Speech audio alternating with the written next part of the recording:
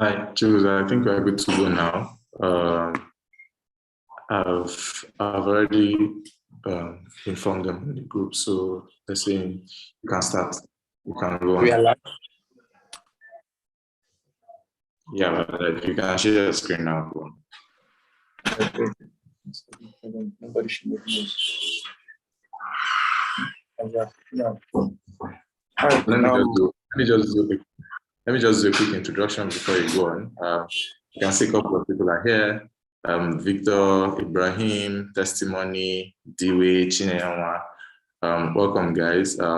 Sincere apologies for what happened initially.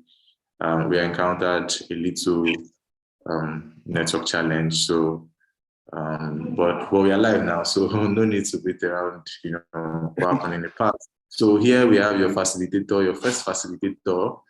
We have about 4 or 5 facilitators that are going to be handling you guys in this training. But here's your first facilitator. His name is Chibuzo. Chibuzo is a great guy in content.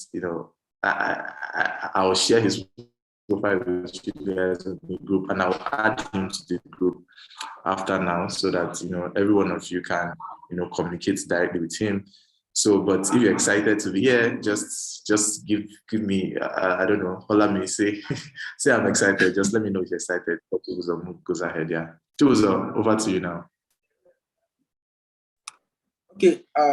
Good evening, everyone. Good evening, good morning, good afternoon, wherever you're joining us from. Thank you very much for this opportunity to, share a little bit of my knowledge with you, or rather, all of everything I know with you.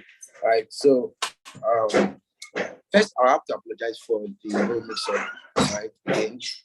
Well, then let's just jump right into it. So I'm going to share my screen because I saw a whole lot we need to talk about in the next 2 hours. Let's say 1 hour, 30 minutes or 2 hours there or so, right? All right. And it's going to be all about SEO. So I'll try to be as basic as possible so we'll grab what we're discussing. Now, apart from being basic, I'll also try to, keep it simple, right? Basic, simple, all right? Same thing. All right. So let me share my screen so that we can get into this. I got it. Let me share my screen so you can see everything again. Give me a second there. Okay. All right. Chima, please permit me to share screen with this.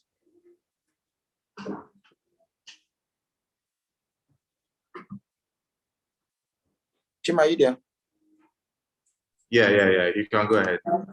All right, good. Thank you. Share. All right. I believe all of you can see my screen now. Please confirm that you can see my screen.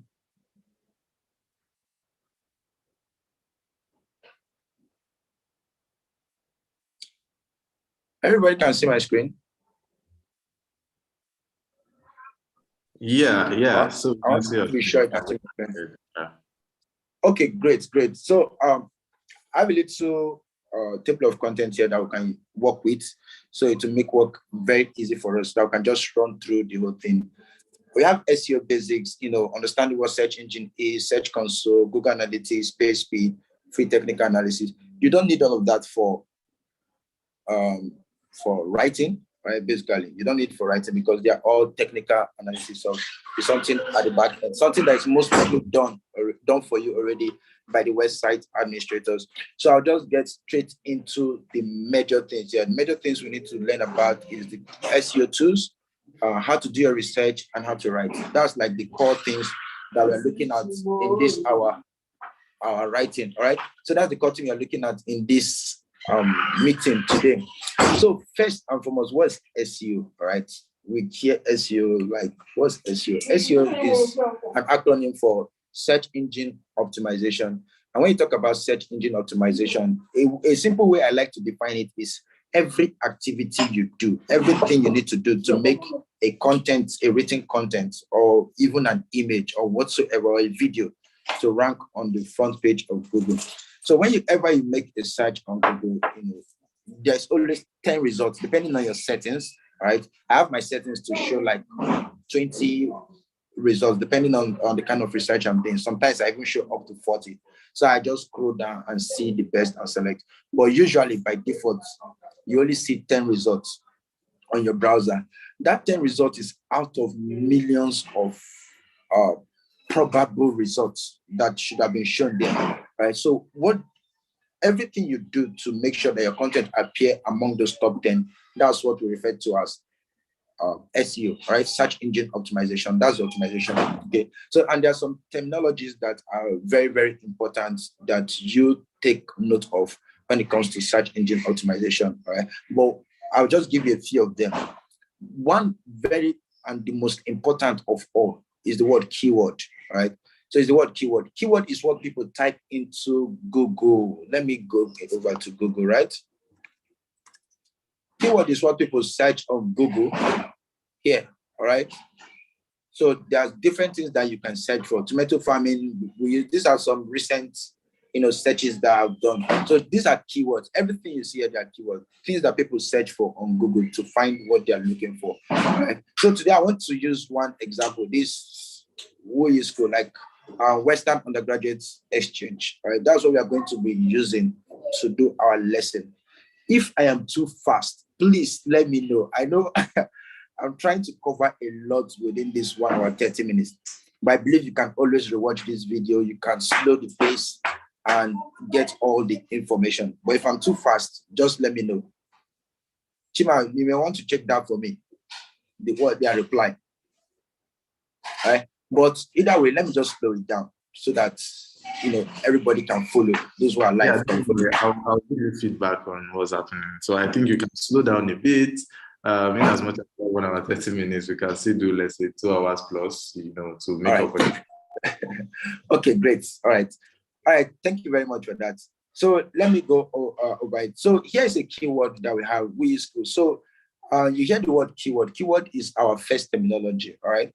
But even though it's called keyword, it can be a phrase. It can be a sentence that can be a keyword. So like everything you see listed on this panel, all right, they are all keywords. I'm still going to talk about this panel. I know many of you in your system, you may not have this. So I'm going to talk about it. All right. So this is a tool, a particular tool I installed on my browser that is showing me all of this. So I will still tell you about the tool and then we'll use it because this is the major tool I use for all of my research. It's called Ubersuggest. So I'll still talk about it. Now we have, these are keywords, list of WUI-Schools. This is a keyword, WUI-School list. All right. This is another keyword. Everything here, there are different keywords, okay? And for this tool, it shows me the number of people searching for this keyword every single month. That's what you see here. So list of WUI-Schools, 1,900 people are searching for that phrase every single month, right? And then here's the difficulty, search difficulty. How difficult is it for you to rank for that keyword? And then this is just cost per click for advertisers, right? That's what all of this stuff mean. See, VOL is the volume, CPC is cost per click, while this is estimated search difficulty, how difficult it is to rank for it organically. Okay, so that's it. Now that we know about keywords, another thing I want you to take note of, because I'm going to be using this term so much as we go over this course.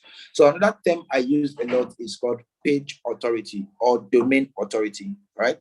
So there is domain authority and there is page authority. So you may hear me use either, most times I use domain authority because the domain authority is the authority of the website generally.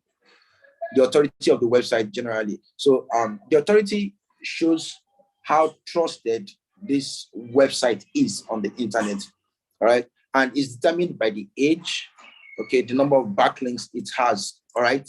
And so many other things. That's what determines the domain authority of a website. And besides the domain authority, some pages may have more authority than the domain, right? So get that, all right? Domain authority is different from the page because the page can be doing so well, much more better than the website itself. So, but with that authority, it still helps the website to have a better authority in the long run. So another thing I'll talk about, or another key term you hear me use a lot is backlinks, right? So backlinks is the number of people linking to your article from outside. So it's just like references, right? So when somebody copy a thing or whatever content from your website and then link back to you, that's called a backlink, right? Then we'll talk about visits, estimated visit. Estimated visit is the estimated number of people that visit your website every single month for the particular keyword you are ranking. So like for this place where we have estimated visit, we estimate that about around 2,307 people are visiting this website. I have a tool that shows me all of this, and I'll still show it to you, all right? So these are the core things I just want to show you there, all right? And then we'll now get into the next stuff here. We have free keyword research tools that you can use for your research. I use ubersuggest.com. So let me type it out here, or let me use my notepad, right? Where everybody can see it.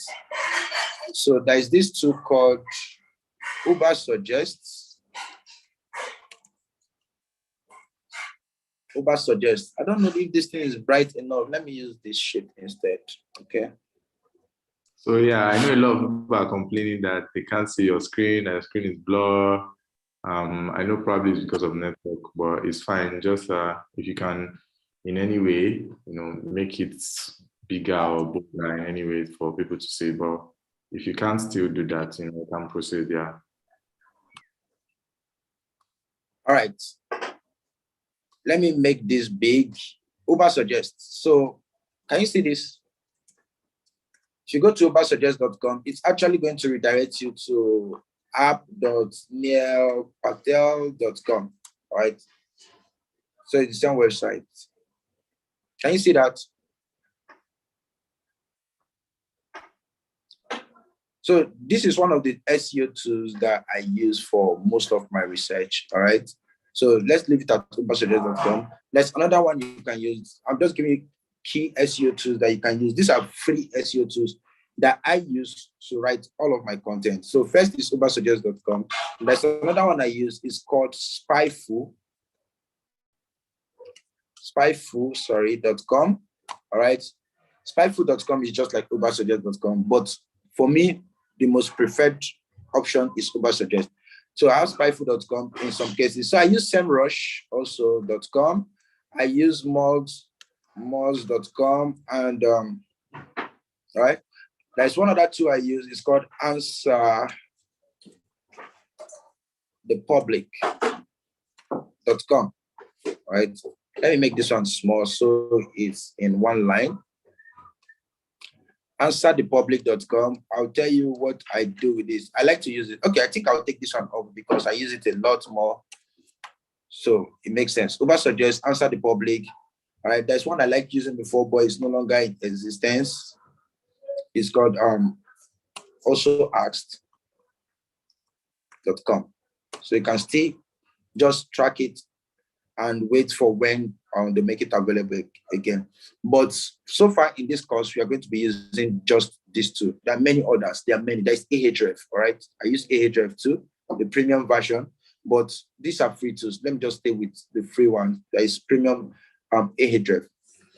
Now that we have all of these tools, okay, let's go over to site audit and competitor analysis. How do we use each of these tools? So first thing first, if you have your browser, the first thing, or if you have your system, the first thing I want you to do is to install a particular plugin called this Ubersuggest extension. So a simple way to do it is to just go on Google and search for Ubersuggest Chrome extension, just like that. Ubersuggest Chrome extension. This first option, just click on it. All right, to take you to the Chrome store, and then you can add it. It's because I already have it. That's why it's showing me remove from Chrome. So you add it to your Chrome, and once you have that in your Chrome, you begin to get all of this data that I have here, which you are going to use for our writing. Right. So these are just the quick preamble that we have. Now we are going to get into our writing proper. Right. So today we are looking at three things. All right, just in content creation tools, I tried to make it hard. So I don't want you to just go about, looking, okay, which tool should I use today? Which tool should I use tomorrow? Just stay with Ubersuggest and answer the public. You are good. Like with Ubersuggest, answer the public. And one more tool, very important. In fact, that's like at the top of it all, even before Ubersuggest. That tool is google.com. Please, if you are going to be a writer, google.com is your first and most important tool. Just visit Google all the time. Google has everything. All right, it has everything. And let me close this so we focus. Now, earlier I said something about keyword, and the keyword we are going to be working with today is this. I just randomly searched for this, and I think I like the keyword. All right. So this is WUYI Schools. But then, why did I choose WUYI Schools? Let's begin to break it down. Right? Why WUYI Schools? Right. So the reason is that you don't just wake up one day, pick a topic and start writing, because you can choose to write for a topic. Let's say a topic like insurance.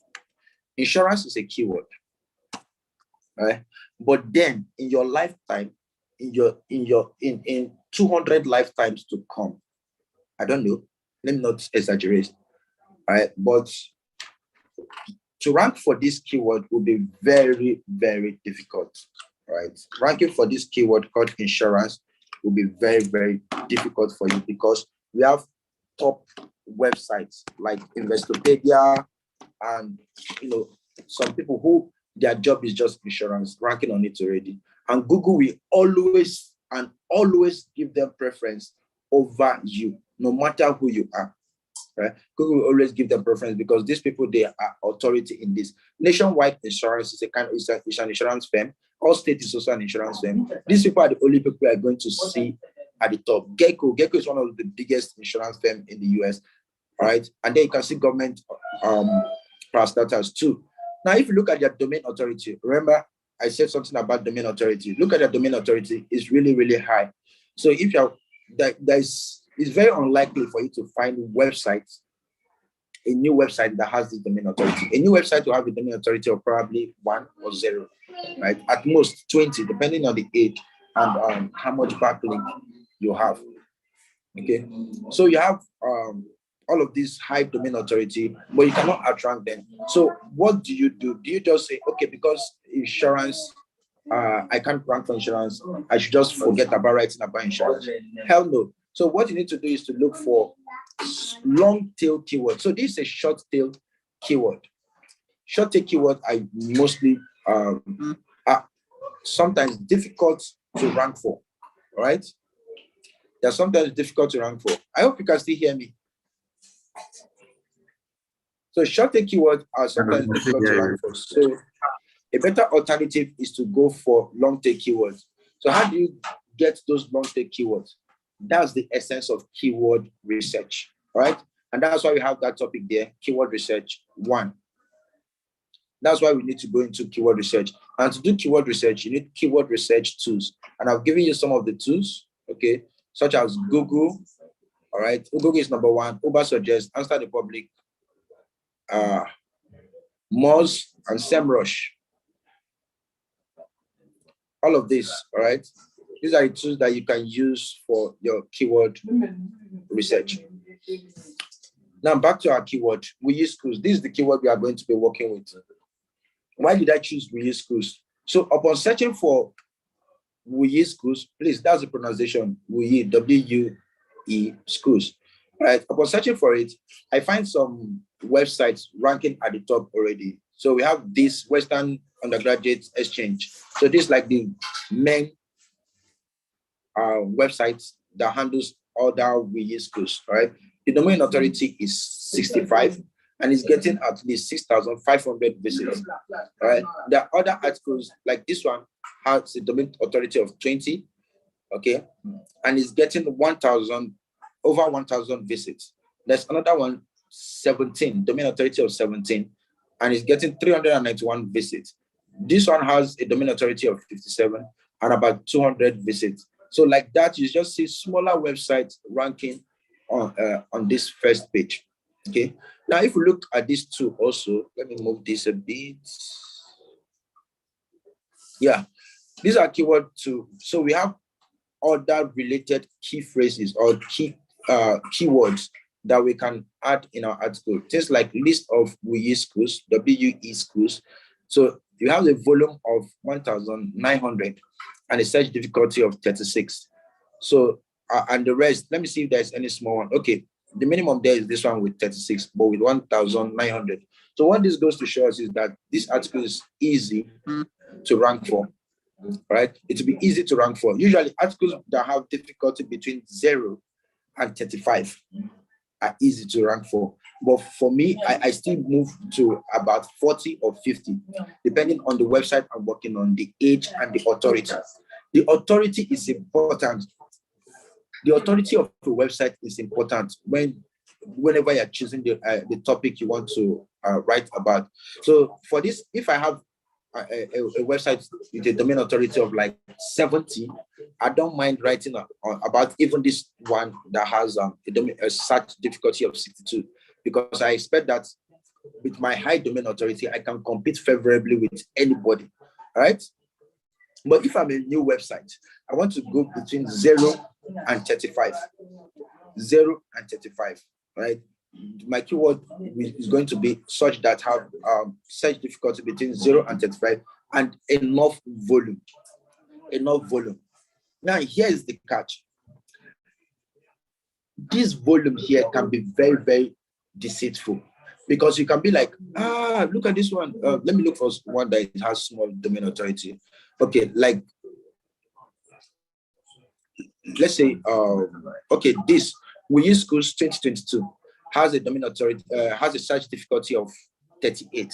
You'd be like, it's just 210 people searching for this per month. And by the time you look at this stats, like, you have big people here, I can't rank for it. Let's assume this thing is like 18. Okay, like 18, and it's just 210 people searching for it. Don't overlook it, because you may actually rank for it, and then Google will recommend you for higher keywords, right? Google may recommend you for higher keywords. You know what? Let's make this thing easier. I've done a keyword research for thousands and thousands of keywords, right? Thousands of keywords, which, let me get one with almost 0 domain authority. That would make it very easy for us, right? Just give me a second. Data, right? Sort.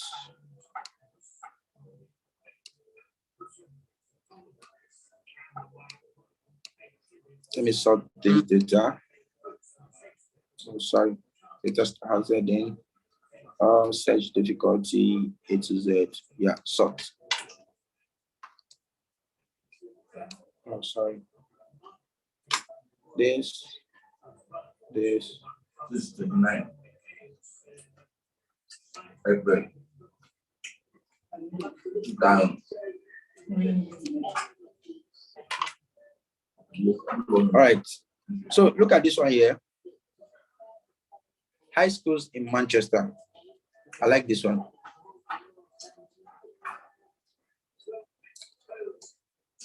High schools in Manchester. Let's use this, right? So the reason why I pick high schools in Manchester is because it has a very, very low domain authority. Domain authority of 15 from what we saw there, right? You can check this line. You can see the search difficulty of 15, right? And there are 9,900 people searching for this keyword every single month. So with that much volume, we want to do our keyword research and target this keyword so that we can claim that volume, right? So I can claim that volume. You can see the number of people searching for it. See the visits. See this person with just 29, domain authority of 29, and it's ranking, right? What comes to your head is, what can I do to outrank all of these people who are already ranking at the top? What can I do to outrank all of them? So what I do is first look at who are the top 3. Who are the top 3? All right. Here we have Manchester.gov.uk. This is like the countries and stuff, so you can just ignore this one. Look at this other one, also has to do with the country, Manchester. These two. Okay, great. Now, great. So even though this keyword has a very low domain authority, we can find that the articles ranking here will be almost impossible for us to outrank them. That's why keyword research is very important. It will be almost impossible to rank. Forget the fact that I seen just 29 here.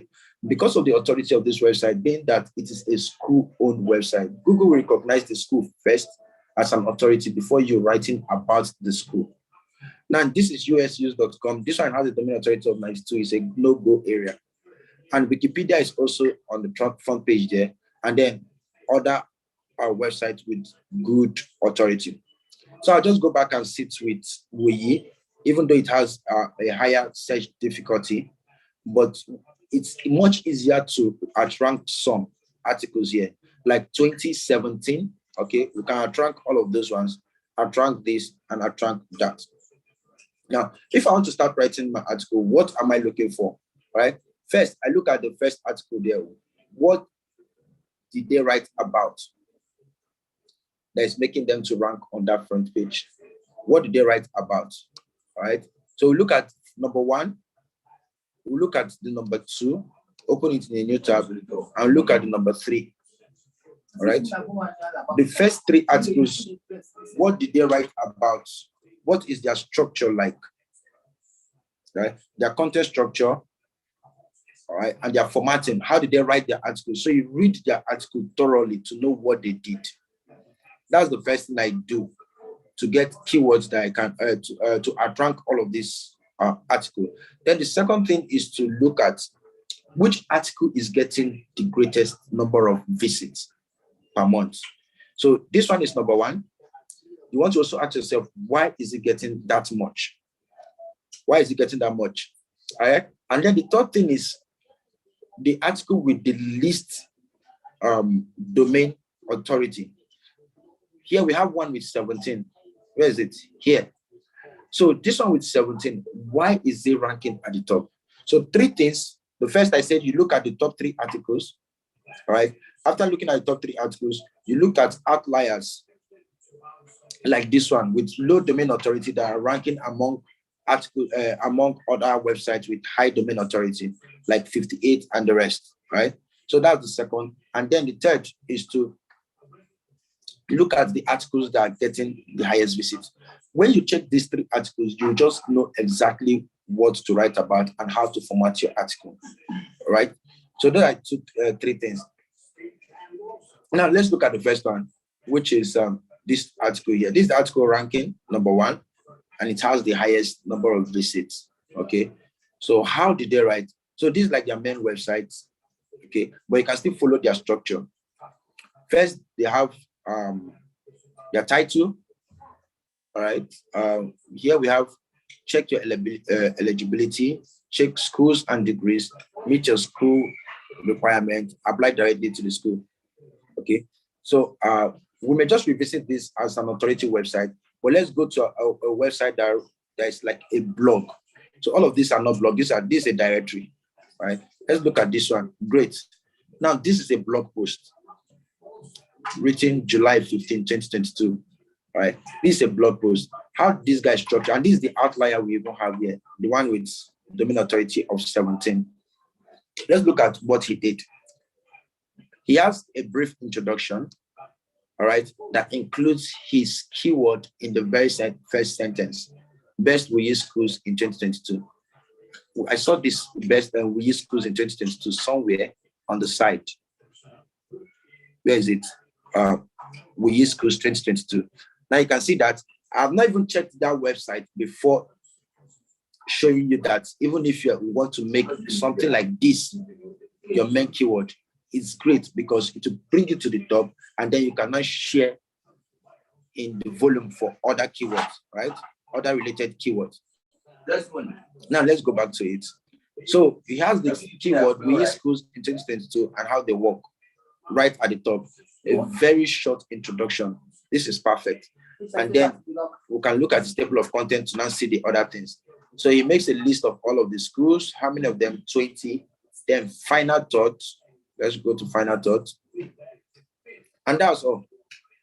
All right, that's all. So he made his articles simple, straight to the point, highlighted some key things like how much the tuition fee, and then any other thing, just tuition fee, mostly tuition fee. That's what he highlighted here. So tuition fee, 2-3 sentences, and he's done. Okay. So now this is a good post to model. He has a video too. He has a video here. What else does he have in his article? Nothing. So he has nothing. Now, we have seen what this guy has done, but there are some things he didn't write about, like eligibility, which you've seen in this article that is getting like 6,500 visits per day.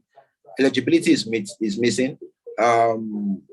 What else can we pick from this article that we can add to this to make it better? That's what we are doing.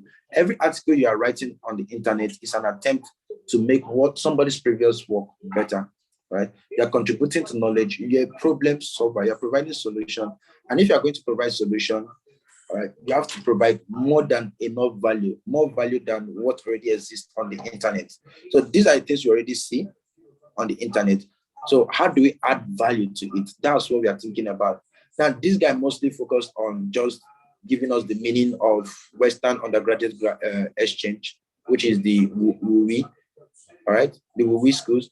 So he just gave us the brief intro, add a video, and then give us the list of the top 20 in 2022. So how do we make it better? So we can decide to pick this heading, all right, eligibility criteria. So we can open a notepad and say, okay,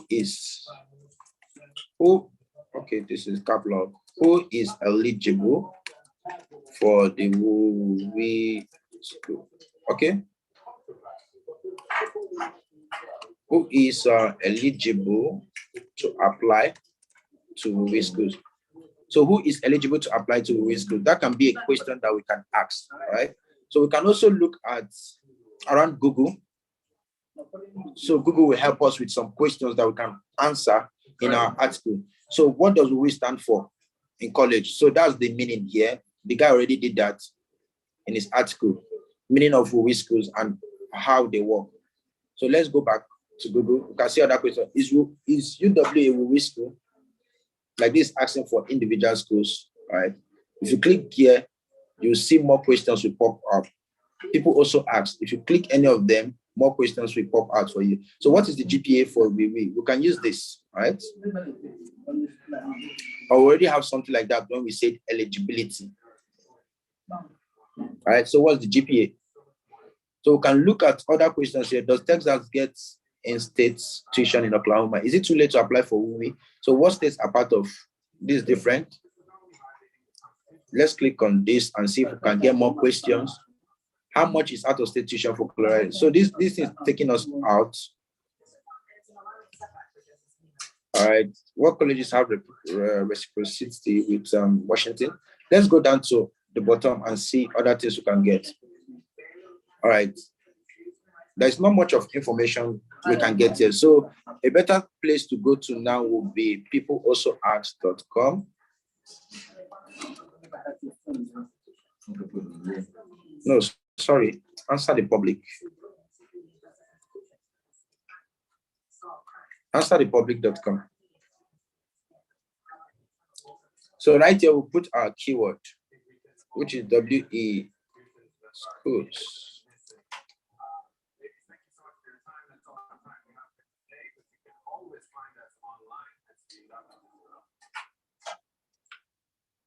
Now the result will come like this, like a web. You can see different questions coming out. So I'll just click on this data here and to arrange everything for us. So is WUWI schools good? So we can pick this and say, are WUWI schools good? Or is it worth it? Or anything like that. So we can answer this question in our article and put, instead of this, say, are WUWI schools good? Right? We can pick another one. Are there any WUWI schools in California? These are questions people ask. Look at this, how to. So how to apply to WUWI schools. This is a great addition to our article, how to apply to them. That guy did not mention it, even though he's ranking. All right. He just put meaning and the link, how to apply. I think this one puts how to. This test apply directly. Okay. How to, let's look at this one too. Okay, this is just a directory. So you may not need this. You may not need this.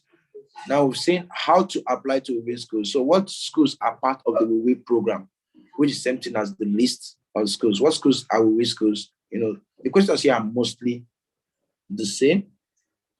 They're doing keyword research live on this class right now.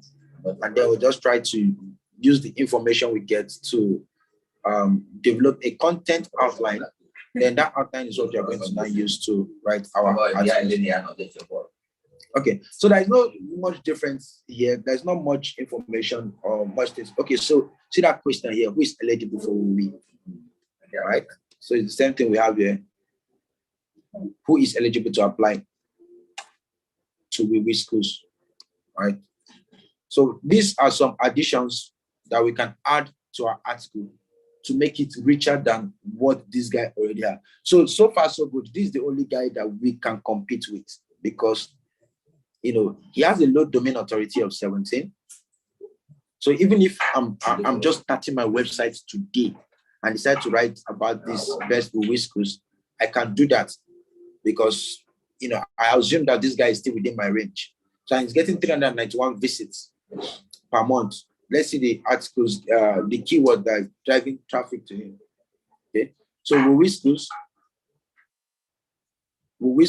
best WeWin schools, WeWin school list 2022, WeWin schools list of this. There's so many others. You can see now the search difficulty is, you know, higher for some of these ones, but yet see its position fourth, second, fourth, and look at the visits. By the time you now add the visits for each of these keywords, to now sum up to like 391 or even more, depending on the number of keywords he's ranking for that article. And that's why you want to do everything you can to add much more keywords to your article.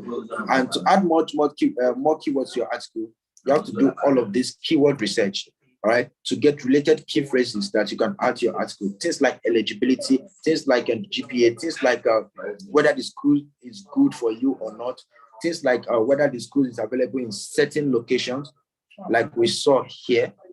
You can see this person is, and whether some schools are part of it. All right. So do California residents get in-state? Okay, I think it's here that we saw that. Whether California state, are there any WeWin schools in California? Yeah. Are there any WeWin schools in California? You can add this also to your list. Right? It means that a lot of people are looking for it. Now that we have this, we can now go over to create our content outline. I like to use docs.google.com, all right, to write. So Google Doc, I'll click here to create a new document. I feel we can write the okay, maybe attempt to, right? First thing first. Oh, give me a second. Dismiss this, please.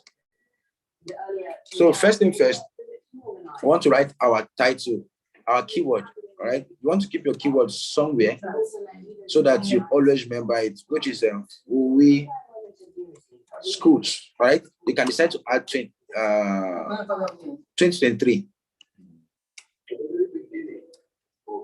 by the side, but that's not the major thing, right? The major thing we have here is WeWin schools. Let's get it right. Let's see the volume here. WeWin schools has a volume of how many? Okay, 4,400 people. So 4,400 people are searching for WeWin schools every single month, right? It's difficult to rank for, but then we'll just make an attempt to, rank for it. We can decide to choose something else very simple, list of WeWin schools, all right? Let's use this one, 36, and make it our keyword, all right? List of WeWin schools, because it's easy to rank for this. I don't know if you can see this. Please, if at any point you can see this, please let me know. Chima, are you there? Yeah, I'm here. All right, great. So you can see the keyword. Let me make it bold, right? So we have a list of Woolway schools. This is going to be our keyword. I can also make it our title. So let's say the title of this article is going to be, okay. For your titling, you don't just pick title randomly. You also look at those who are ranking at the top. How did they title their work, right? Because it makes it easy for you to also, blend with what is at the top. So best Woolway schools list 2022, 160 list of Woolway schools, right? So what is the Western Union Exchange? Okay, this is a question. Western Union Exchange. Right, great. So the best we can use here is list. I believe this person's keyword is Woolway school list, which is this one. Woolway school list. That's what this person targeted. And you can see it almost in his title. So follow the same procedure and use that. So our title will be like best 20 Woolway school lists in 2023, right? The reason why I'm putting 2023 is that if you look at this place now, nobody's searching for 2023. You can find 2021 here, you can find 2022, but this year is almost ended, all right? So you want to write an article that if Google takes 2-3 months to rank, all right, to index and put in the front page, by the time people start searching for 2023, you're already there. You've already written 2023 a long time ago. All right, best Woolway schools in 2023. That's the title of our article, right? And then the keyword that we're targeting is the list of Woolway schools. So now that we're done with this, the next thing is to, excuse me. Now we're done with this, the next thing is to put out our outline. How are we going to build this article? All right, we'll go back to this, our article that we are modeling after, which is this academic food. All right, so what they do in their first talk, they have a very short introduction, very short, 3-4 lines. I like to use 7 lines because it allows me to put a lot of keywords in between, right? Allows me to put a lot of keywords in between. Now, let me use this guy's work because it's a fantastic job he has done here. I can already see the keyword a lot of places in the introduction. So what he did in his introduction is to target as many keywords as possible, because Google gives your first 500 word a lot of priority, right? They give it a lot of priority. So you too want to do the same thing. And thank you. All right, thank you. So you too want to do the same thing and then put a lot of keyword in your introduction. In as much as you're putting a lot of keywords in your introduction, you are not keyword stuffing. Okay, you're not keyword stuffing. You make it flow as natural as possible. What I like to do is to make my introduction to look like an objective, the objective of my article, what you are going to expect or what you're going to see, or what you're going to take home after reading this article. So let's read this guy's article. You say, are you contemplating which school to attend for a low-cost education? The real kicker is that WUYI institutions provide lower tuition fees to students. So what he used here is synonymous to WUYI schools. So we already have our keyword in the introduction. What are the best WUYI schools in 2022 and how do they work? So this is a keyword, best WUYI schools in 2022. That's a keyword. WUYI schools in 2022 is another keyword. WUYI schools alone is another keyword. So in one sentence, you're already seeing 3 keywords.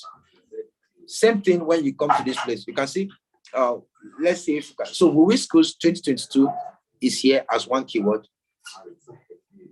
Okay. WUYI schools in 2022. And then WUYI schools alone, which is what we searched for, you can see it's getting like 4,400 at the top here. You can see it at the top here. Oh, excuse me. Yeah, you can see it here. You can see it here at the top right. 4,400 people are searching for this every single month. WUYI schools alone. And then he put it at the very top of his article. One sentence, three keywords already. And even this full entire question in itself is another keyword on its own, because Google knows how to just rearrange words, all right?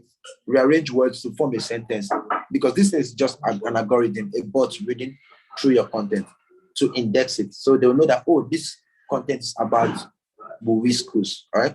Now let's look at the next line. He said, are you contemplating which school to attend for a low-cost education? The real kicker is that WUWI institutions. Now the guy used institutions instead of schools.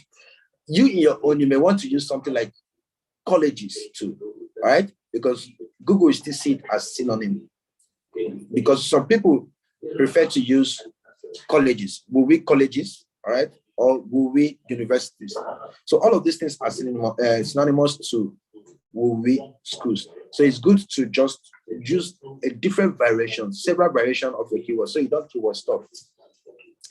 Then the third line said, this post will provide you with a list. Now, list again, right? List of best WUWI schools. Remember, in our keyword, we have WUWI school lists, all right?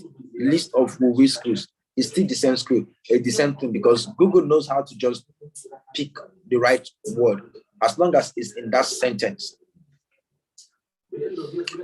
The third line says, have you been wondering what WUWI school is all about or where one of the schools may be found? Simply get a cup of coffee, sit down and read this article until the final punctuation mark, as we will highlight all of the relevant information.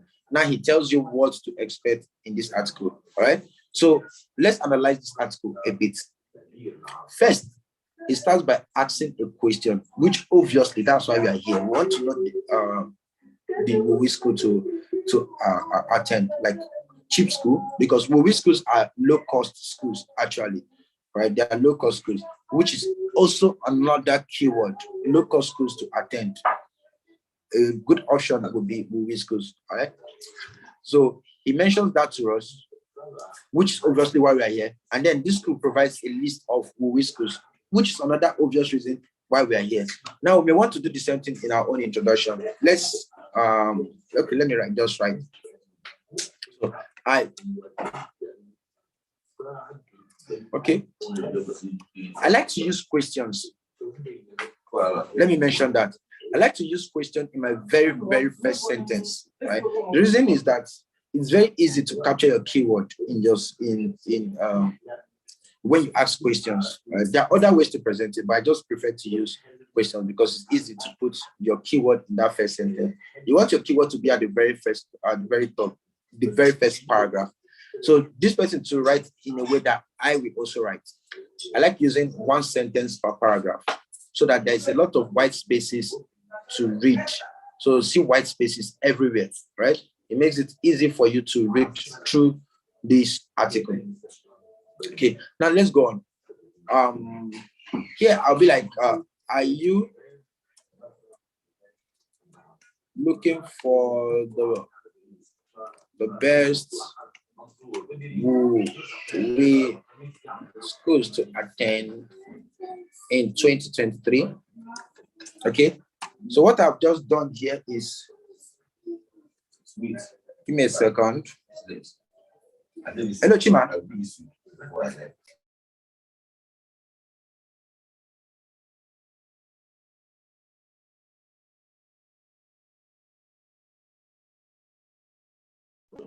Chima, can you hear me?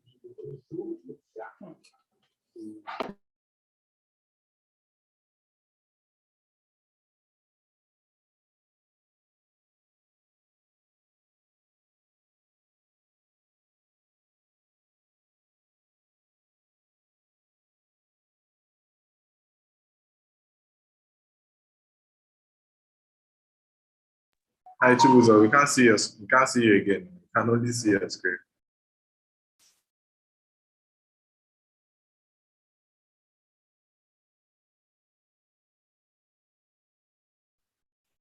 Chibuzo, can you hear me?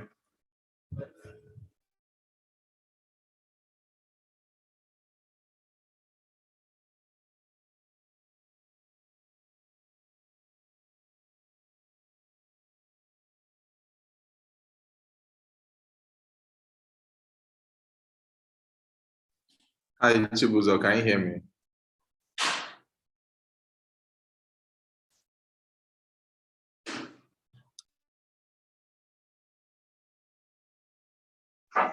Can you hear me now?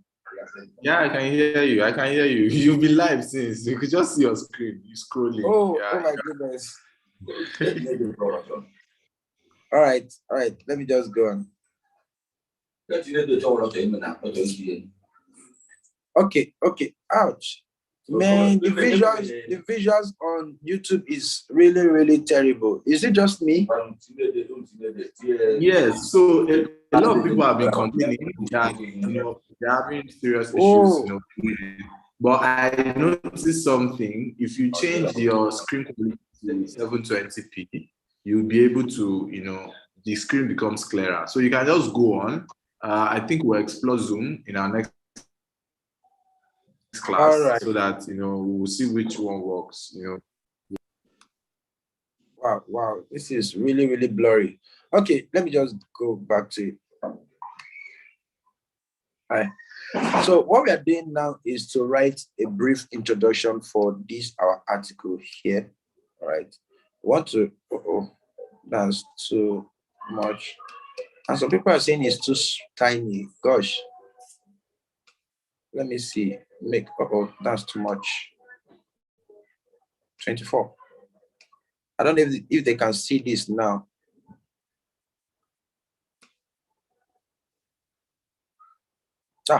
Okay. Yeah. Let me just go on. All right. Let me just go on. Okay. So are you looking for the best WoWi schools to attend in 2023? You can do something like if yes, then read this article till the end to get the full details. All right. This is just a simple way to put your article together.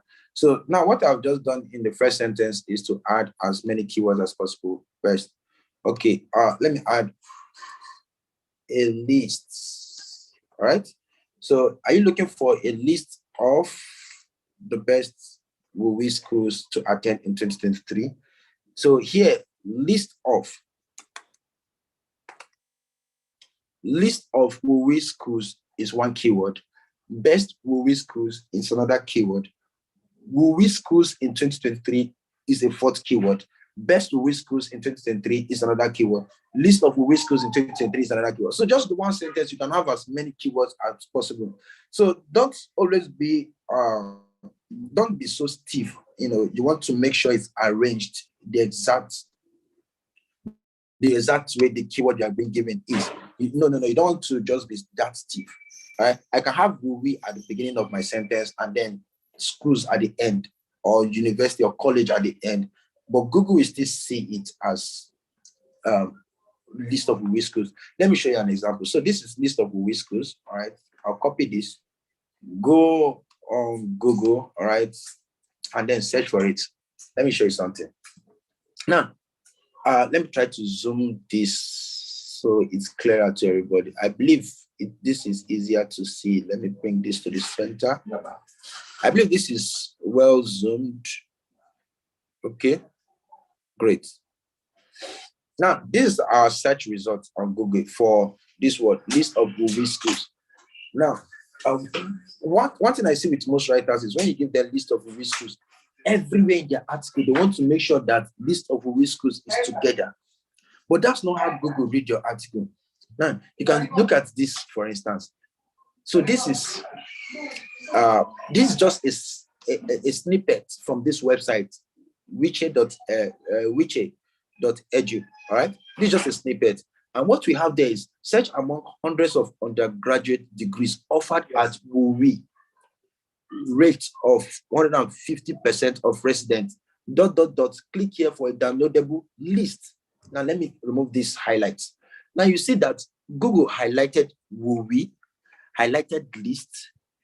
I don't know if you look at it, you will see that WoWi is bold, list is bold, and schools is bold. That's because these three terms are the major terms you'll find in your keyword.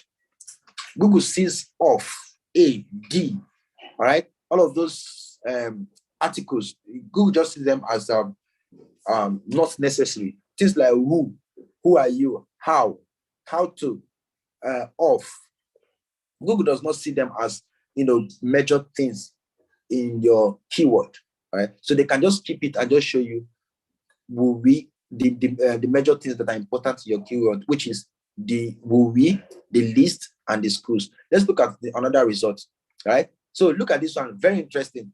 Now they said WUWI and just universities, but what we search for is schools. Remember I said something about synonyms. Now look at the third one. We have WUWI, even though it has dots separating them, and universities. Google is very intelligent, so don't be so stiff. Don't be stiff with the keyword. Whatever keyword you are given, try to research, find related key terms, because there are several different people, millions of people searching for it. Look at this. We have, okay, this 200,000 results, all right? But we have 4,000 people, 1,900 people searching for this every single month, okay? And this 1,900 people searching for it have different way of imputing their key phrase. So you want to, capture each of them. Where's that place we saw 1,900? Yeah, see it here. 1,900. You want to capture for each of them. So you use as many variation of keywords as possible. Let's go down further so you see more. So here we have list. See where list is.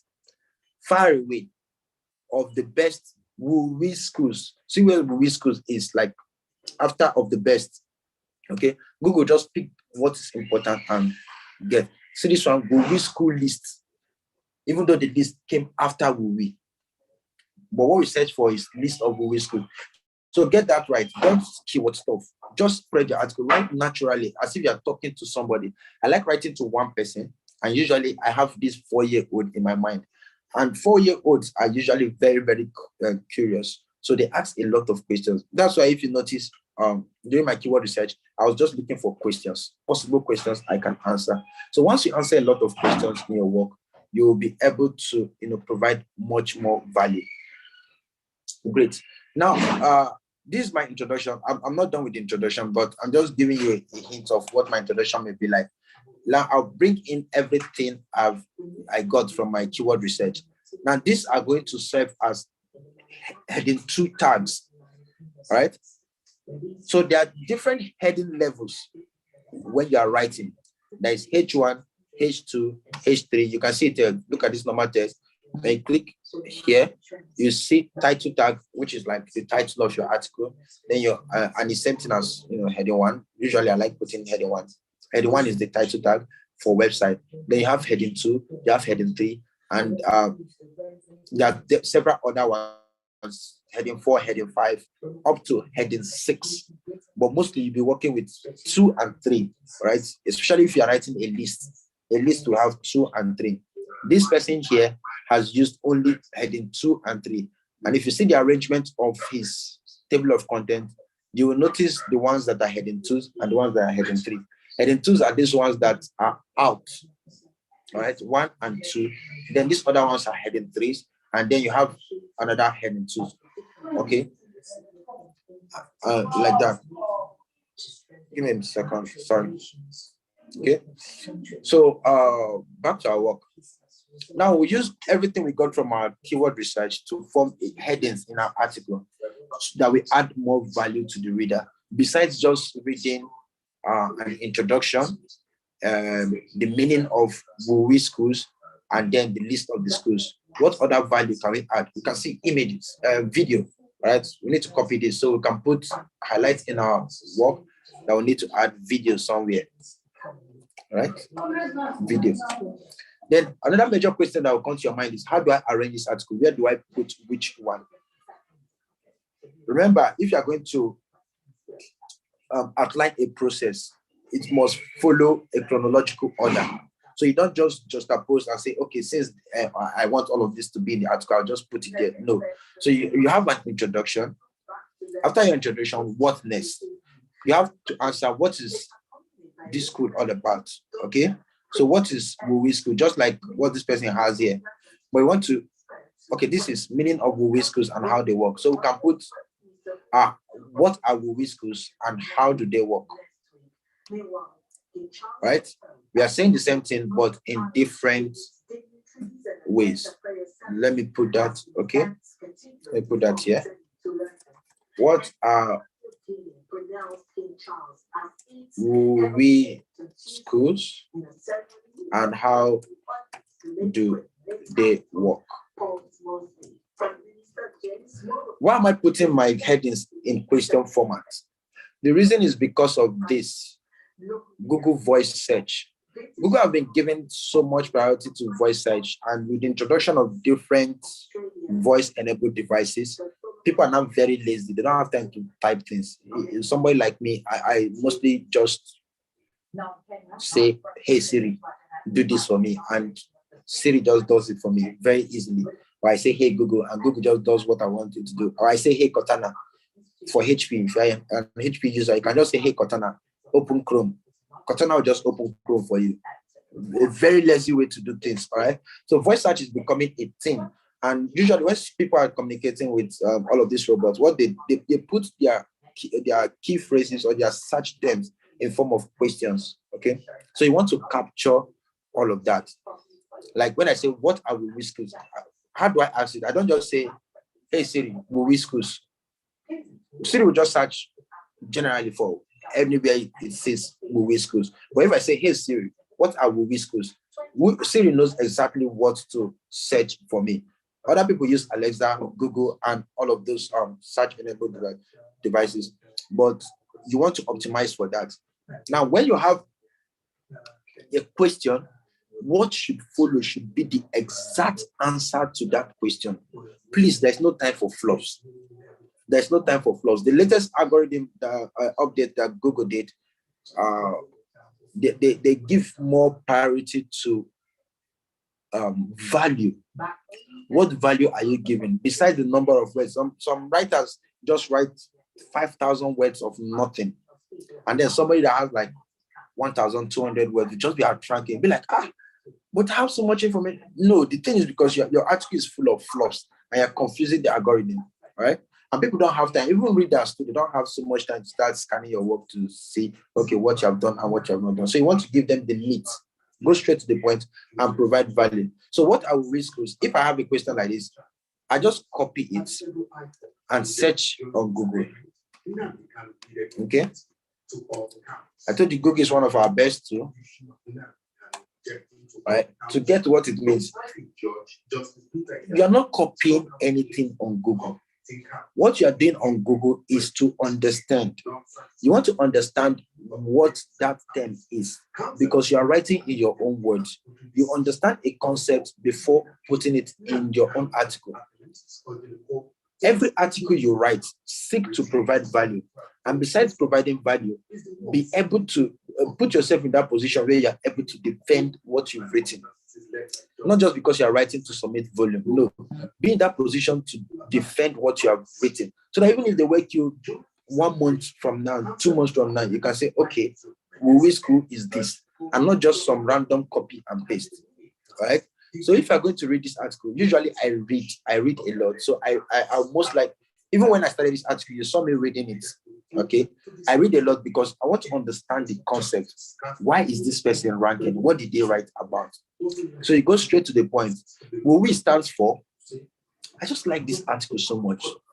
Like, even if I'm Google, I'm definitely going to rank it because it's well written.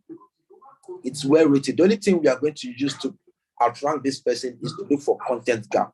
And we've already gotten those content gaps, right? So this is the content gap. Things that he has not added to his own article that we can add on our end, we can add to our own. So those things will now begin to attract more visits to our website. And by so doing, we can now attract his own article. So meaning of WUWI schools, you can see the direct exact answer to the question is given. WUWI stands for this, pronounced as that, all right? It is what an Inter-American Commission for Western Higher Education, right? Okay, the International American Commission for Western Education manages the WUWI, which is an institution reduction program. So we can say that WUWI is Western Undergraduate Exchange, all right? That is a tuition reduction program. Simple.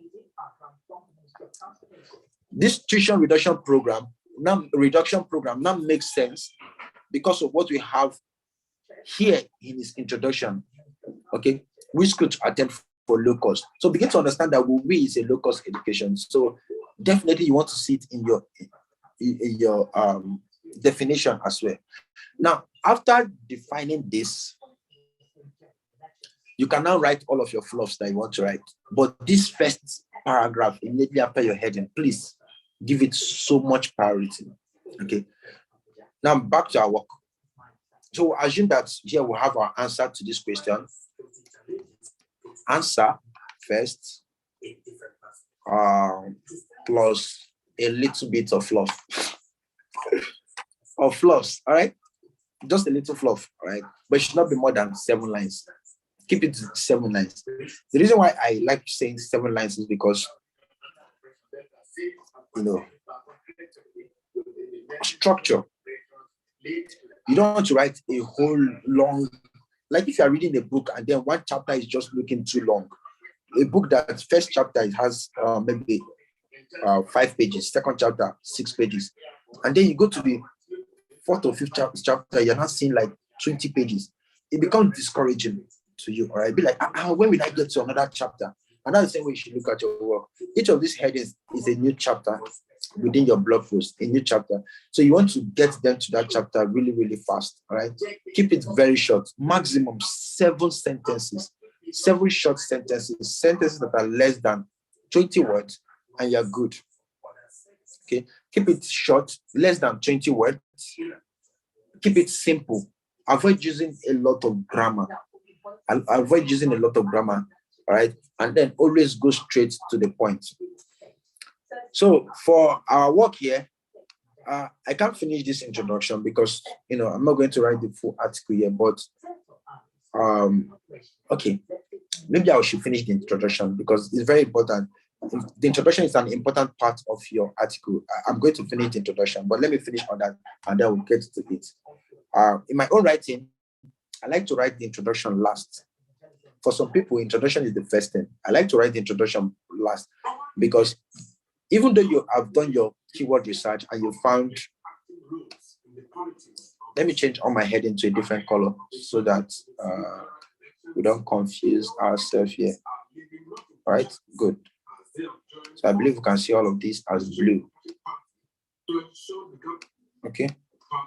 Why this will be like red also. The content, right? All of this content should be red. Great. So I said this is a heading 2. We click here, make it a heading 2, H2. Oh gosh. Sorry. So this is H2. And then let me increase the font size so it's bigger than the explanation. Okay. So I like to write my work first before coming back to my introduction because it's possible for you to find all of these keywords, but when you go and search for them individually, you may not find good content to write. But if you already have them in your introduction that this is something you're going to find in your article, then it will mean like you're lying, right? And you may forget to edit that. So I like to fill up my entire article. Okay. So what are WooWee schools and how do they work? All right. That's what we have there. We put the answer. Okay, WooWee school is that, or WooWee school is an acronym for Western Undergraduate Education. All right. And then how does it work? Explain that. Now we can put something like who is eligible to apply for WooWee schools. Are we going to put a good question to ask is, are we going to talk about eligibility now, or should we talk about it after we've listed the schools?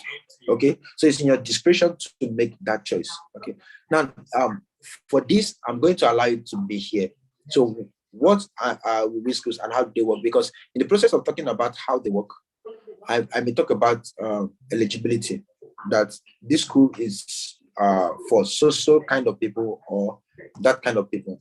Do I need a special GPA? Yes. Now this may fall under this eligibility GPA. So I may just remove this, right? In the process of my writing, I may remove it. So are WooWee schools good? Is it a good time to put it?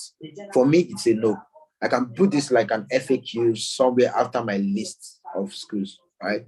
So how to apply?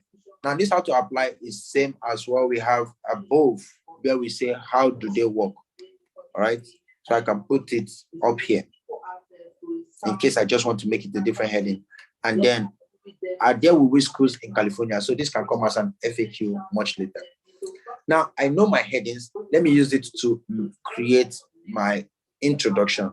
So are you looking for a list of best WWE schools to attend in 2023? So this is what I'm looking at. So if yes, then read this article to the end to get the full details. All right, I may not need to put this here. Okay. All right, to get the full details. Now, in this article, you will learn everything about WWE schools. All right, and how they work. This is my first heading. What we have here, everything about WWE schools and how they work. It's my first heading here. All right. Now I'll add a transition word. Also, put a comma. You will learn about. You will find a simple step by step guide of applying to WWE schools. This is my second heading. See, I'm putting it in this article, comma, all right? Step by step guide to apply to WWE schools, right? So you find the simple step-by-step guide. Oh, sorry, this is type. Step-by-step guide to applying to WWE schools, which is my second heading. And then here I may put something like, you will find out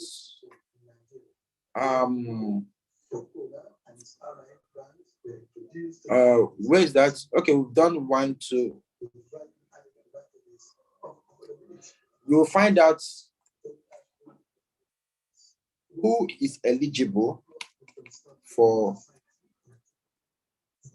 WWE schools, and I can combine 2 headings as one objective. You will find out who is eligible for WWE schools, and where's the last one?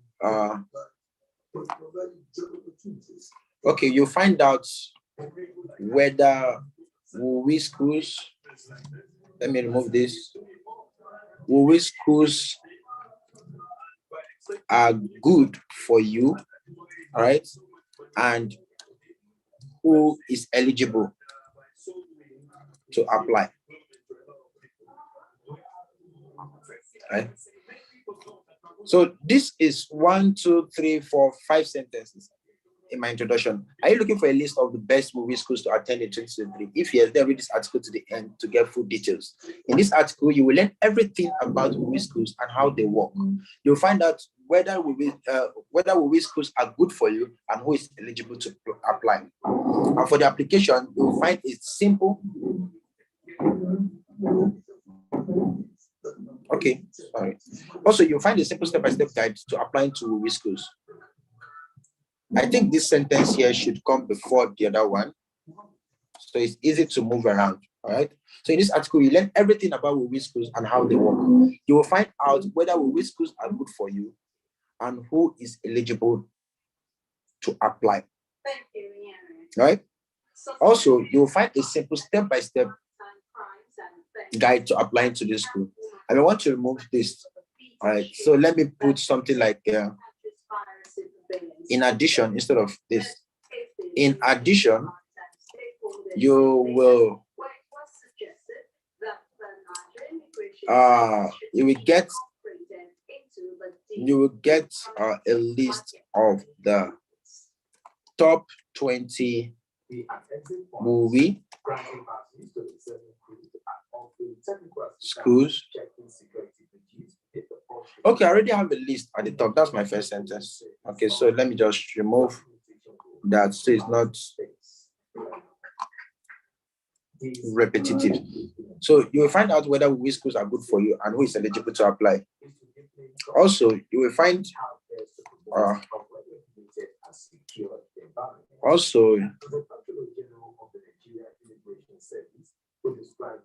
you will learn about, or rather, you will learn the simple step by step process of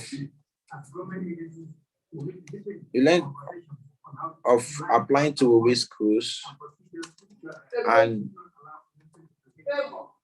getting admission very fast. Right. So now I've put a lot of keywords in this introduction without sounding like I'm talking about WUI school. So my keyword is list of best. So list of WUI schools. All right. So are you looking for the list of best WUI schools to attend in 2023? So list WUI schools. I have my keyword already. If yes, so in the process of writing, you want to use a lot of transitions. Transition words, all right, or transition phrases help you to tie your article together. So what that means is that the line before is tied to the line after. So like what we just did here, I said, if yes, obviously you know that I'm referring to what we have above. So I close it here. Now, and I put another transition. In this article, you will learn everything about WUI schools and how they work. You will also find out, all right? You may want to put, you will also find out whether WUI schools are good for you and who is eligible to apply. In addition, all right, so I don't use also twice. In addition, right, it's another transition word. You will find, oh, sorry. In addition, you will learn the simple step-by-step process of applying to WUI schools and getting admission very fast. Now, I'll put my call to action.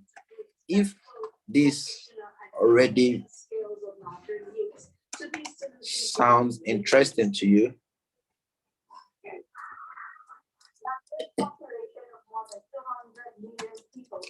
then continue reading. I know I already used this statement in the, at the beginning, right? Here. But I put it there right now because I want to show you something else. Sometimes you may not need to always put, if this already sounds interesting to you, read on and all of that, right? But because you have already put this here, I want to put something else. It's very common. It's very, very common to find writers putting continue reading at the end. I believe this guy also did it, right? Here. So have you been wondering, blah, blah, blah, blah. Okay, simply get a cup of coffee and sit down and read this article until the final punctuation mark as we will highlight all of the relevant information. It's very common to find writers doing this. So I devised a new means, right? So I want, in my writing, I like to use call to action. And what my call to action is to get my readers to read the next heading and to read the next heading and to read the next heading, like that, downward to the bottom. Okay. So for this one, I already put continue reading in the foot to the end at the beginning. So I'll just remove this line. So what will I do? What is the next heading? What are WUI schools and how do they work? Right. So in addition, you will learn the simple step-by-step process of applying to WUI schools and getting admission very fast. So let's begin. All right. I can put let's begin by, okay. Let's start by understanding what WUI schools is all about. Full stop. Now, this is a call to action that leads to the next one. So what we do have, what are WUI schools and how do they work? You see that? What WUI schools are all about, right? So these are introductions so far. How many lines? This is 1, 2, 3, 4, 5, 6, right? Less than 7. Like I said, maximum of 7. And when you do this, you'll find out that these things are around less than 150 words. 29 words, right? So just keep it short, simple, straight to the point. Now, your readers understand what they were going to see in this article. First, they are going to learn everything about WUI schools and how they work. Fantastic, right? They will also find out whether WUI schools are good for them. Notice the pronoun I'm using, you, because this article is about them. All right, you want to make them feel good that this thing they are reading is for them, right? So that's why I'm using the word you, because the article is about them, it's for them, so that they feel at home and know that every value they are going to get from this is applicable to them. Now that my introduction is good, I cannot go on to start filling in. I cannot go on to start filling in my answers, right, to all of these questions. But usually for me, right, like I said earlier, I like to do this last, this whole introduction, because sometimes after my research, I can have a long list of like 13, 20 related key phrases in my sheet like this, very, very long, right? I don't usually keep them. Then I use them to form my headings. And once my headings are done, the next thing is to start filling each of the article, right, and developing it gradually, right? So I'll just begin to wrap up because we have like 60 minutes left, right? I'll begin to wrap up. So we have done our introduction for this article. With this introduction already, you know what to do. Here you want to just explain what WUI schools are and what they work. Always see, don't just say, this article, that's where I'm going to sleep. I'm not going anywhere. No. What you're just doing is modeling. You want to see what works and then you recreate. You're not copying verbatim. You're not copying, in fact, you're not copying anything. You want to understand and write. You first understand and then you write. All right. So you understand what's okay, great. So you understand what the person has written, then you write your own in your own words. Okay. So some key things I may want to look at here is okay. Let's look at his list, for instance. All right. What are the key things he used, or the key criteria or criterion, if it's one, that he used to judge these schools to know whether they are the best or not? So he's looking at the number of students enrolled. All right. He's looking at graduation rates.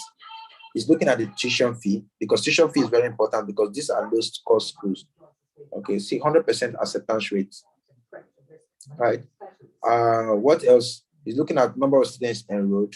See, some things are repetitive here, so you can just know the pattern. All right. Now here's something that the person is doing.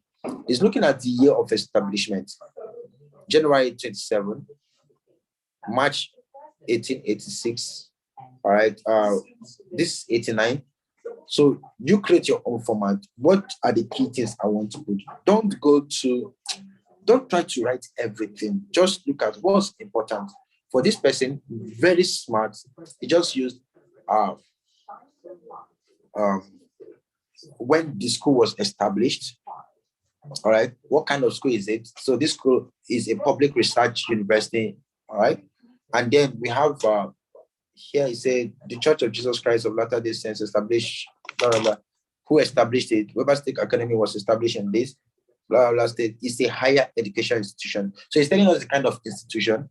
He's telling us when it was established, and then the owner, all right, and then undergraduate enrollment, number of people enrolled, and then the tuition fee. Just 5 items.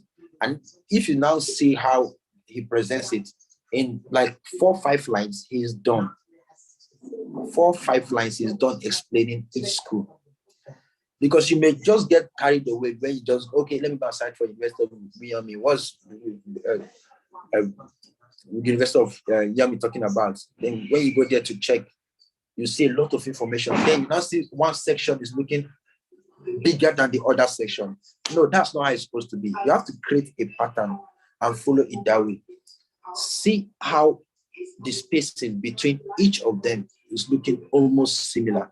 From this point to the next point, it's just similar. They're not so far apart where one is longer than the other. That's because he has a static structure for writing. So structure is everything, right? You have to build your content outline. And once you're done with your content outline, you begin to talk about how you're going to present your work, right? And remember, in presenting your work, you want to make sure that whatever heading you have, what follows immediately after is the answer to the question there. What follows immediately after is the answer to the question. So I'm going to leave you guys with a few tips, and then I'll give room for questions because I have like 10 minutes left. So here are a few tips to note down. If you don't get anything else in this whole 1 hour plus of talking, just get this down. First and foremost, keyword research is very important. A thorough keyword research is very important in all of your writing. All right. So if you have 6 hours to write an article, or let's say you have 4 hours to write an article, spend the first 2 hours, 30 minutes. Let's say out of 4 hours, spend the first 2 hours, 30 minutes to do a thorough keyword research. You find yourself finishing the entire article in less than 30 minutes.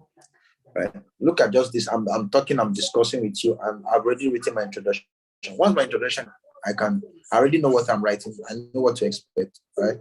If I was to fill up all of these things, maybe in the next 1 hour or 2, I would have finished this entire article and then put my list. Whoa, something is missing in my list. Goodness. So a very important stuff is missing in this whole title, and nobody saw it. Okay, probably because not everybody is talking. So what is missing is this, which is the major reason why we are writing 2022 list of best WUI schools. So we can present our own as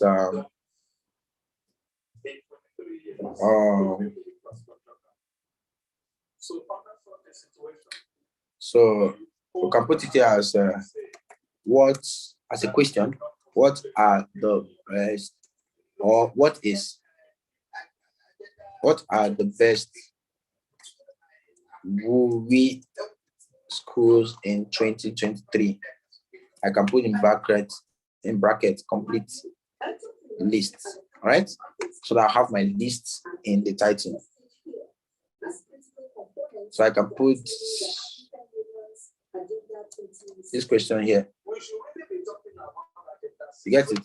All right, so this will now become our heading. Now we can now have our one. All right, the whole school list here. All right, so we can just have the entire list here up to 20. All right, and sometimes it may even be to add more. If there are more than 20, oh, why not? You can go over, because this person puts 20 schools. You can decide, all right, I want to do more than 20. I want to do like 30. That's more value. 30 is better than 20, because 30 you have more options to look at, right? And you can decide, okay, I want to group it this way. You can be like, the reason why I talk about grouping is because of this, our last question here. Are there WUI schools in California? Just imagine that there is one. Let me take that and search for it. All right, let me search for this question. Are there WUI schools in California? All right, states. Okay, so look at the states that have WUI schools. So we have Alaska, Arizona, California, Colorado, this and this. Now I can decide, okay, this is the way I want to write my own, right? I want to list them according to the states. I believe that's why this article here is ranking. I believe. Great, fantastic. That's it. All right. So 14 states participate in the WUI Western Education Exchange Program. Okay. Because I've been trying to think, why is this article ranking? So we see why. They've listed the schools like Alaska 1 to 3, Arizona. They've listed as Colorado. They list out the schools. All right, they just listed out all the schools according to the different locations where they have WUI schools, which is another way of presenting it. And this is a lot of value. For somebody in Oregon, may not need all of these other schools because he wants to school in Oregon. So list of WUI schools in Oregon is a good value. So when you break it down like that, you can just rank this guy easily, right? List of best WUI schools in Oregon, list of best WUI schools in Alaska, list of WUI schools, right? You may not need to put the best, all right, because you're not doing any comparison. list of WoW schools in location, list of WoW schools in this. Then you click, you add, you put a little bit of explanation, right? So that's another way to present it. Each of these things here, each of this link, right, will take you to different places. These are just links, right? They'll take you to different websites where you get full information about this content, right? That's it. Now back to my tips. Keyword research, very important. And when you do keyword research, get as many related key phrases as possible. Once you have a lot of key phrases, then it's very easy to write. You don't need to keyword stuff. The fact that you are given a keyword to write about does not mean that that's the only thing you want to see in the entire article. I can say, okay, my article is list of WoW schools, like here, all right? And then the number of times you may find it may not even be up to 20. It will never recent. It may not even be up to 10. All right. We have list. Okay, this one list. Okay, let me search for the number of places we have lists. Okay, list has appeared 4 times in this article. 1 in my title. Okay, this one is keyword, so that will not count. So, and the one in my title too will not also count. But you want to make sure your keyword is in your title. List of WoW schools, WoW school list. All right. That's my keyword in my title. Please get this very well. I know I'm really pleading. My keyword is list of WoW schools, but what I have in my title is WoW school list. It's the same thing because they're synonymous. All right. Don't try to force it. SEO is not keyword stuffing. SEO is not keyword stuffing. You want to reason along the lines of the keyword given. Okay, how else can I present this keyword? Right? So it makes sense. Usually for the because of the maybe Yoast or the kind of plugin that the website owner may have, you may begin to see your keyword exact matches. No, just ignore. There are some things you just ignore. As long as you know what you're doing, you're writing to human beings first before machines. So consider the people you are writing to. How will they consider? How will they read your article? Is it every single line they will see WoW school list, WoW school list, WoW? When they begin to see, they'll be like, just give us the list, okay? That's why I try to make things short and simple. So a thorough keyword research will help you to get a lot of things to write, a lot of variations, all right? So I can decide to, in this article, you learn everything about WoW schools and how they work, all right? You also find out whether WoW colleges. I can decide to use colleges here instead of schools, all right?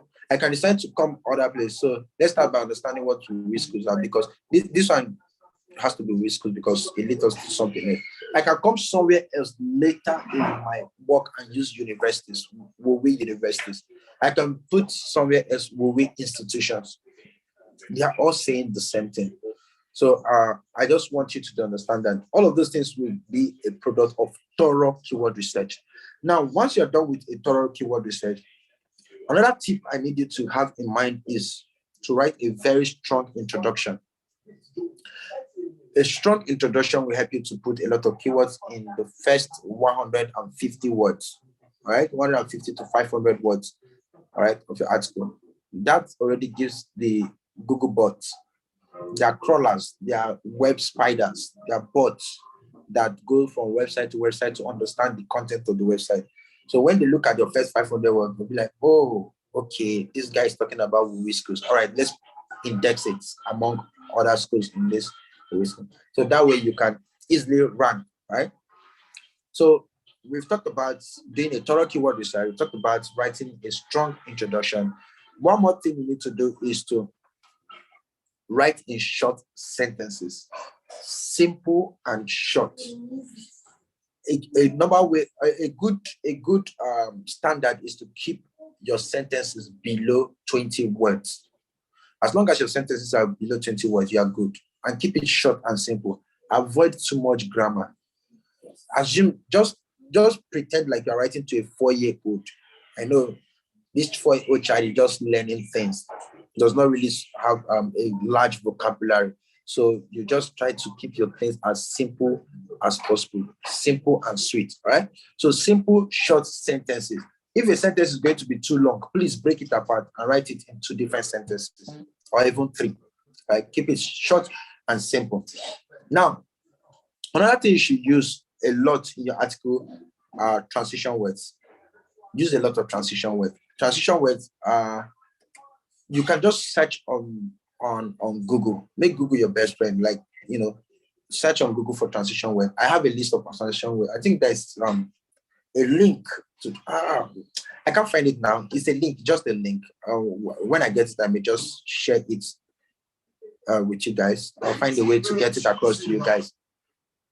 I'll find a way to get it across to you guys so that you see all of those transition words and use it in your article. Like here, I've used in this article, this, that's a transition. All right. Also, it's a transition word. All right. And then in addition, it's a transition. All right. If yes, then. If this, then that is a transition. Right. So all of this is our transition words that you can add in your article. Then one more thing is to always write in the active voice. Write in the active voice. So your subject should always come before the verb. So it's FVO, subject, verb, then object, SVO. So I'm not an English teacher, but I have a simple formula. Sorry. I'm in the meeting. So I have a simple formula. Excuse me. I have a simple formula I use to prevent, or I have a simple formula I use to always write in the active voice. Right. So that formula is to avoid using past tense. Avoid writing using past tense. Once you start seeing too many past tenses rather in your work, just know that you are beginning to skew off. Give me a second. Let me reduce this noise in the background. I don't know if the noise is too much, please. The noise is not really much, but kind of your headspace. Please try to fix your camera. I can't see your face very well. Yeah.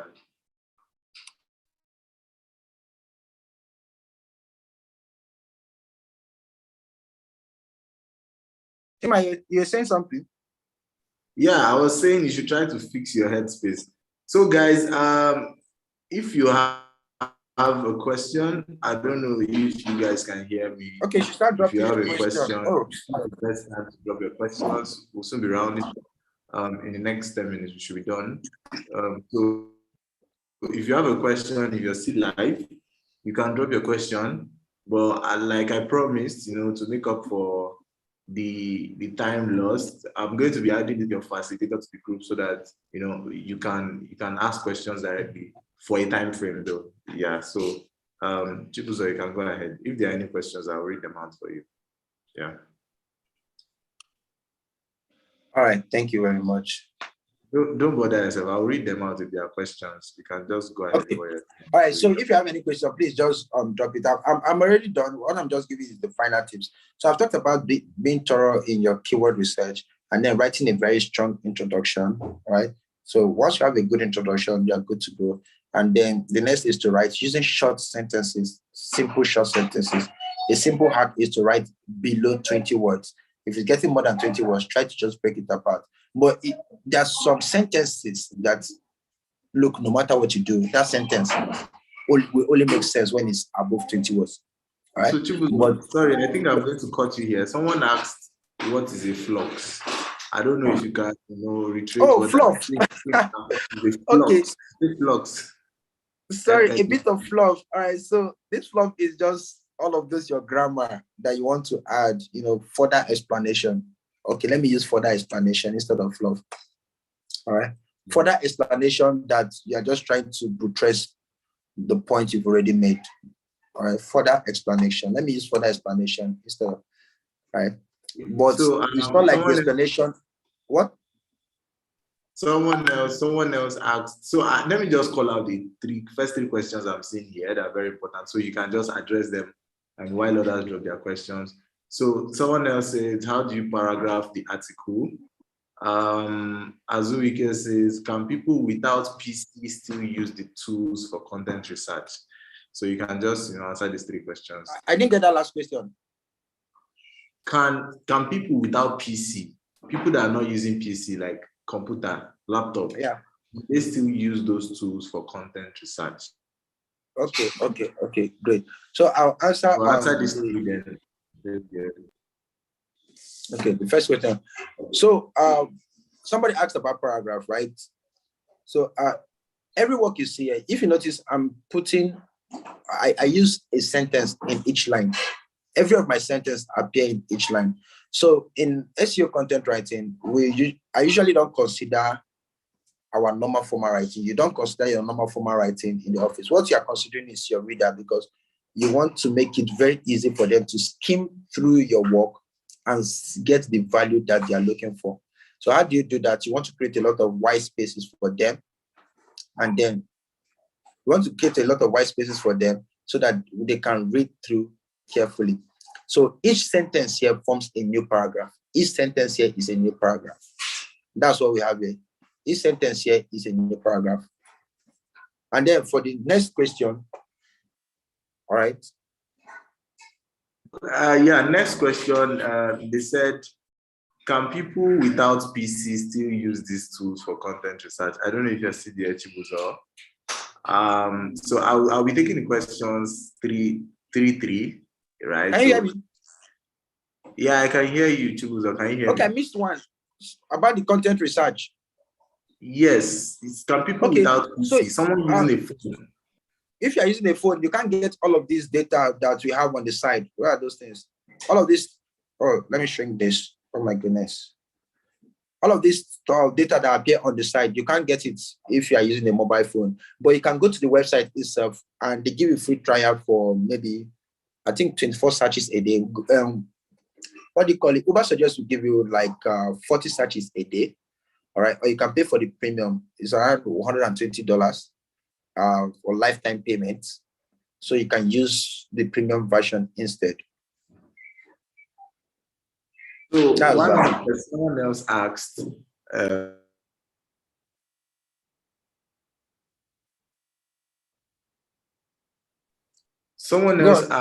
asked, can't we use content creation tools like Spinbot, Grammarly, and Quillbot for SEO? What about Sofa SEO for articles? Someone else is having issues downloading and adding Ubersuggest to his Chrome browser. So I don't know if there's a way you can guide them through that quickly, but let me just quickly, I know I'm not a content person, but Adeleke, using content creation tools like Spinbot, Grammarly, and Quillbot is out of the rules. I don't know if I'm right or wrong, Chibuzo. You can 100%. probably... Please, we did not mention that. I will never mention, there are a lot of them. All right. And in fact, I'm not going to mention them because look, I know, AIs are coming up really fast, but definitely it cannot compare to human psychology, you being able to understand what your fellow human being will read. All right. So AI tools is a no-no for me. In fact, Google is fighting tooth to the nail to eliminate every content written by AI. They're penalizing websites massively. Their last update in June and August, I think it was August. It was August 3rd or 5th. They wrote that update. It penalized a lot of websites that uses article writers, AI tools to write. So it's a no. Please don't do that. Then for the person who has issues with Ubersuggest, I just say just search for Ubersuggest Chrome extension. All right, you can have that. A substitute for that will be Sofa SEO. Somebody mentioned Sofa SEO. Yeah, I use that too. So Sofa SEO Chrome extension, excuse me. So you can use Sofa SEO Chrome extension, but Ubersuggest is the best for me, all right, because of the details they provide. You can still use Sofa SEO Chrome extension. That's right. Any other question? So I think no other question here. I think one you didn't answer. How can I do keyword research and how can I add to my extension? Right. Victoria is complaining she don't have money for Uber Suggest. So I don't know if there's any alternative, only free alternative for now. People are complaining that they don't have money for Uber Suggest. Okay. Yeah. So you may not need to pay for any tool, all right? You may not need to pay for any SEO tools. All of these tools, they give you free trials per day. Some may require you to create an account to get, more trials per day. Some will just allow you. So you can use I think I listed some of them, all right? You can hear me? Hello? Yeah, I can hear you clearly. So let's just stick with this. Chima, please, I think you should take over the host's privilege from me. All right, so you can use tools like spyfoo.com, is spelled SPY, spy with FU, SPYFU.com. You can use spyfoo.com to do keyword research. There is a website called similarweb.com. SimilarWeb helps you to analyze competitors' websites. So when you analyze their website, you get to see other websites that are similar to that website. That's why it's called SimilarWeb. So you find other websites similar to that website, and then you can check their content and get to see what they're doing too. Then another website that you may want to check is what do you call it? Moz, moz.com. You can use moz.com for keyword research. They have free trials. You can create an account to get further trials.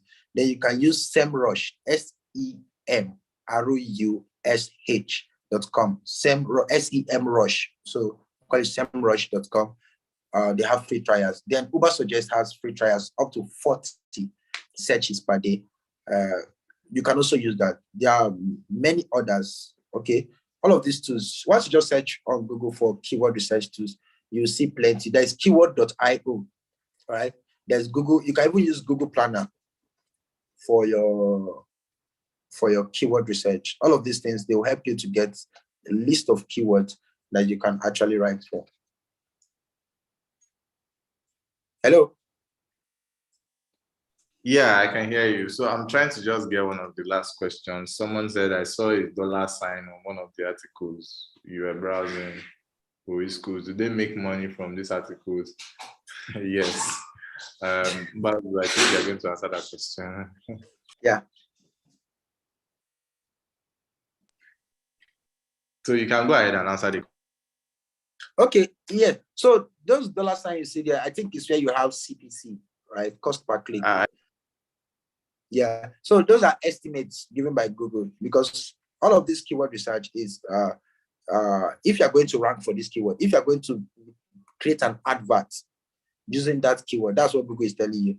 If you're going to, these two rather, that's what the two is telling you. If you're going to make an advert using that keyword, this is the estimated amount you will pay for every click. Estimated amount you pay for every click on that keyword. Anybody that finds you through that keyword, once they see your advert through that keyword, that's the estimated click cost, right? That's what they will pay to the advertiser. That's what it means, right? But yes, you make money from content, definitely, because the adverts definitely to be shown on people's websites. So Google has this.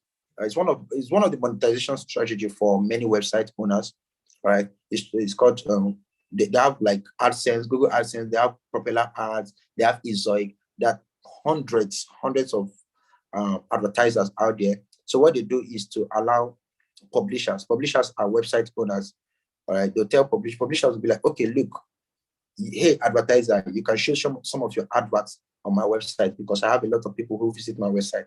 So these advertisers showed their adverts on the publisher or the website owner's website.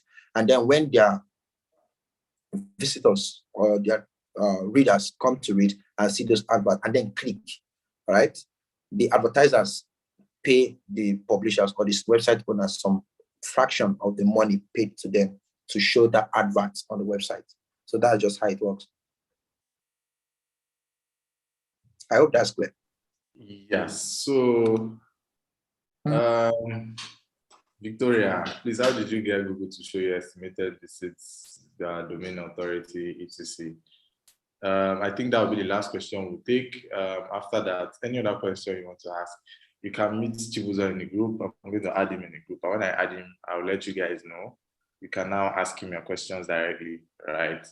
Chibuzo, you can address that question. He said, how do we get Google to show you estimated visits, domain authority, and all, yeah. Okay, to see your estimated visit, domain authority, and all of that, you have to install a plugin on your browser. So in this case, I'm using Ubersuggest Chrome extension, right? The free version allows you to do 40 searches per day or 24, right? And it renews every 24 hours. It renews, they'll give you 40 searches per day. So you can see all of those data. So you have to be careful how you use it so you don't. And each time you refresh your browser, it counts. Yeah. Okay. Thank you very much, Chibuzo, for this amazing class, guys. I don't know if I'm the only one that saw that he did a thorough job on the topic he was given. I was expecting to hear good comments in the comment section, but probably we don't have enough time, because we already had a little challenge from the beginning. So I think we'll call it a day. You can always get back, using that link, the other link, the main link you're using to stream this. You can always get back to, rewatch this video and all. So I think we'll communicate further with everyone on the group. For now, I would say do have an amazing night. Chibuzo, thank you so much. Thank you so much for everything. And I'm actually taking notes of guys that actually stayed on this live call till this point. Chika Dida, Precious, Ifidi, Joy, and Faith. Don't worry, I'm taking note of all of you guys. I think I'll give the most active person in this content team a prize. Personally, I'll give you something. So I think that'll be it for this night. See you guys in the next on Saturday. Thank you. All right, Tuzo, thank you very much. Yeah, thank you very much. Thank you for this privilege. All right. Yeah. Have a wonderful time, guys. Bye. Yeah, you too, man. Bye.